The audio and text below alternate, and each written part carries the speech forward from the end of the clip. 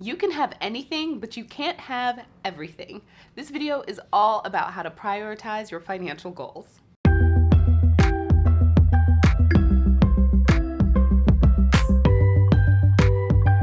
Hey guys, it's Joseph and Tasha from One Big Happy Life.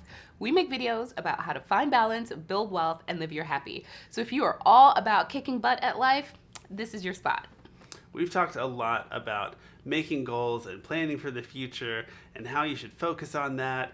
And we've probably confused people because how do we balance all of those competing goals? Well, in this video, we're going to help you do that. And the first thing that you should keep in mind is it's never going to be a plan it once and forget it for the rest of your life kind of thing. This is going to be a constant work in progress. So refer to this 5-step framework often throughout your life so that you make sure that your goals are still reflected by your view of your life. The first step is to brainstorm all of your big goals. Now these can be strictly financial goals, saving $10,000, or something else that is then going to impact your finances.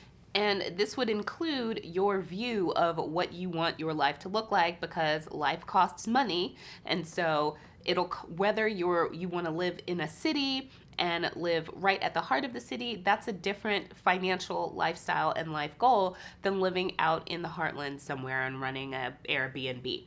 So there are 4 categories that you may want to think about as you're going through your life goals. So first would be your family goals. So do you want to have kids? Do you want to get married? Do you want your kids to go to public or private school?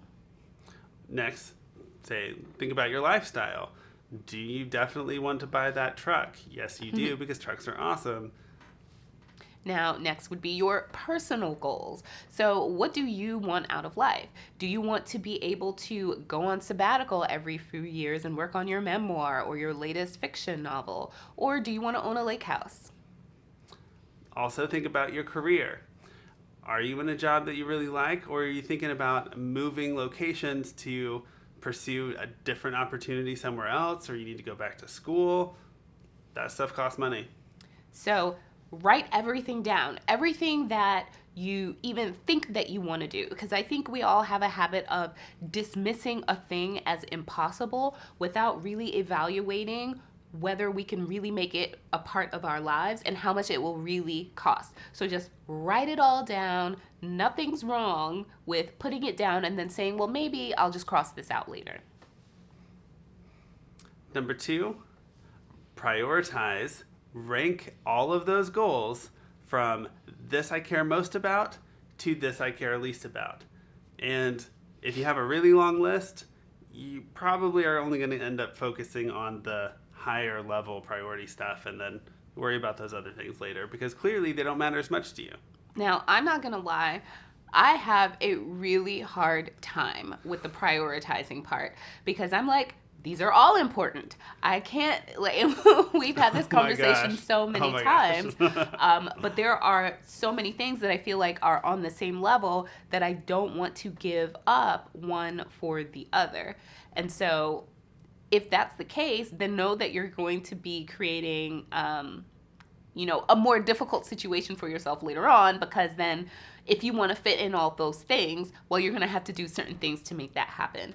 But one thing to be cautious about is that you're actually only including in your prioritization you and your partner, your family, like your kids, your personal preferences, and not some idea of what is expected of you or what will others think if I do this, because it's not about them. It's about what you and your family, your immediate family that are affected by these decisions, want out of life.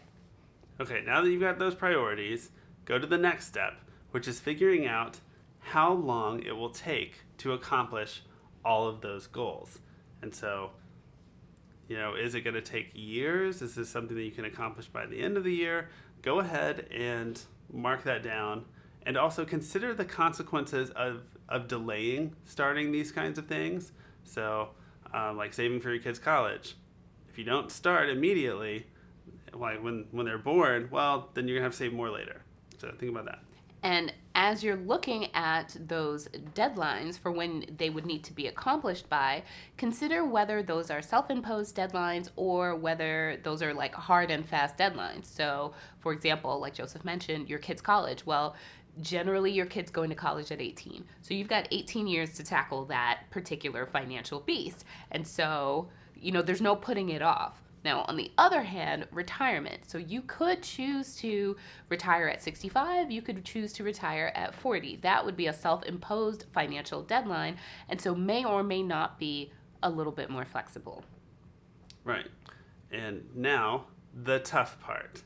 Number 4, plugging it all in, plugging the numbers in, looking at your budget, seeing how much money you have, and seeing how best to accomplish all the goals at once. So the first bit of advice that I have here is to take your highest priority near-term things. So the things that really, really matter to you and are coming up fast. Put those in first and then work down your list. So see what fits and what doesn't fit. And is there a shortfall or isn't there? Hopefully there's not, but the reality is that everything that we want to do may not fit in our budget right away. And for more of an idea of what that might look like, check out our 5-year budget plan, where we show when we're going to move on to which financial goals and how our priorities shift. But so, for example, for us, we prioritize saving for retirement because we know that that's one of the things that there's no other way to finance a retirement, at least at a certain lifestyle, and especially being millennials, who knows what's going to happen to Social Security, than by saving ourselves. And it's a massive goal. It's one that's going to take a long time and a lot of money. So we know that we need to go ahead and put that as our number 1. So that's our starting point. And then we go down from there. The next bit of advice for this step, because this is where you're going to spend most of your time. The other stuff's more fun or less difficult anyway. You're going to want to have all the thorough discussions to get your plan finalized now while it's not the heat of the moment. Because when those deadlines start creeping up on you, then you're going to be a lot more emotional about what has to happen, how you're going to do it. It's much better to take the time to completely fill out your plan and have those discussions, disagreements, because they're going to happen. Especially, consider if I really want to own a house, and that's my number 2 priority, and Tasha's number 2 priority is something completely different, and house for her is number 4. Well, we're going to have to figure that out if I want a whole bunch of money for a house. Yep, so you definitely have to be on the same page with your partner. So step 5 is, it's a combo step. It's your continuing looking forward step. So mini step A would be, if you can't fit everything in initially, well, creating a plan that makes it so that you know when you can start fitting those things in. So it might be saying, well, I want to start working on these goals sooner rather than later, so I'm not going to wait to finish goals 1 through 5. I'm going to go increase my income, or I'm going to downsize right now so that I have more space within my budget to fit in these other financial goals. Alternatively, you can say, well, I'm going to get to buy a new truck 5 years from now, and I'm cool with that. And then mini step B would be to regularly reevaluate your plan.